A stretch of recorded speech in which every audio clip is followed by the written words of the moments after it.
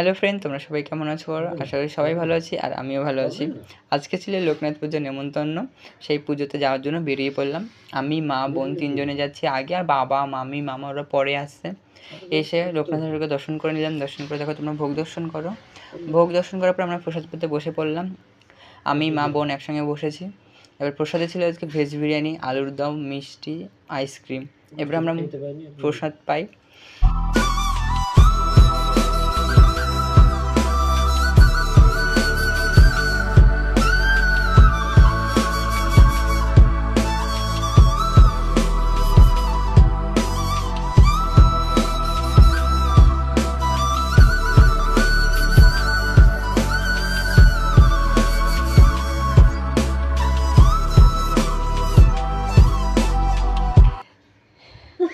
প্রসাদ পাওয়ার পরে আইসক্রিম খেয়ে আমরা এখন বাড়ি যাচ্ছি। ভিডিওটি ভালো লাগলে অবশ্যই লাইক করে দিও। দেখা হচ্ছে পরের ভিডিও।